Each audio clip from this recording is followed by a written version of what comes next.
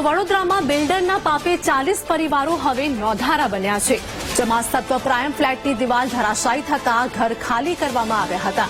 વસંત તારા સ્ક્રાઇઝ સ્કીમના ખોદકામના કારણે દિવાલ ધરાશાયી થઈ હતી। ઘર ખાલી કરનારા 40 પરિવારો માટે વૈકલ્પિક વ્યવસ્થા પણ નથી કરવામાં આવી। કોંગ્રેસ કોર્પોરેટર દ્વારા 200 લોકોના જમવાની હાલ વ્યવસ્થા કરવામાં આવી છે। વસંત તારા સ્ક્રાઇઝના બિલ્ડરની ભૂલનો રહીશો ભોગ બન્યા છે, જેમાં હજુ 5 દિવસ સુધી 200 લોકો ઘર વિહોણા રહી શકે છે।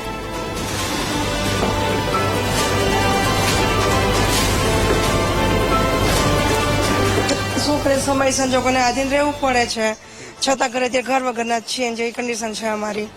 છોકરાઓને બહાર ગમે ત્યાં રખડે છે, અમે ગમે ત્યાં સેટલમેન્ટ કરીએ છીએ। બસ જેટલું જલ્દી થાય એટલું સારું કે પાછું બધું રોટેશન રેગ્યુલર ચાલુ થઈ જાય, બીજું તો શું ખાઈએ। એટલે અમારા સત્વવાળા બધાએ કમ્પ્લેન કરી અને આ બધે પોલીસની ગાડી, ફાયર બ્રિગેડ ગાડી, બધા પોલીસો આવ્યા। છાણી પોલીસ સ્ટેશનમાં આ મેડમે કમ્પ્લેન કરાવી, બધું કર્યું। એટલે અત્યારે અમને તકલીફ એટલી જ છે કે અમે અમારા પોતાના ઘરમાં રહી નથી શકતા, કારણ કે આટલા લાખો રૂપિયા ખર્ચીને બી અત્યારે અમારે બહાર રહેવાનું થયું।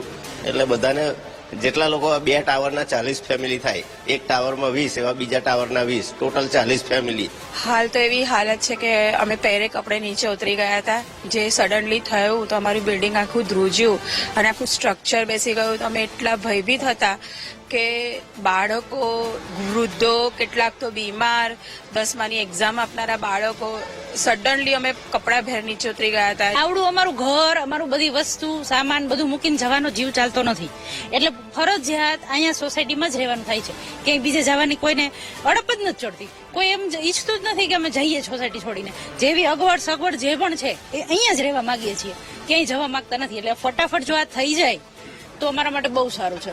અમારા અહીંના 40 જે પરિવારો છે એ કંઈક ને કંઈક પોતાના સગવડ કરી દીધી છે। ઘણા બધાને અમે લોકો ક્લબ હાઉસમાં રાખ્યા છે, ઘણા બધા અમારા સોસાયટીના અમારા ઘરે બીજાના ઘરે રહ્યા છે, અને બીજી વ્યવસ્થા બી વૈકલ્પિક પાણીની વ્યવસ્થા, ચાની વ્યવસ્થા અને જમવાની વ્યવસ્થા પણ અમે કરી લીધેલી છે।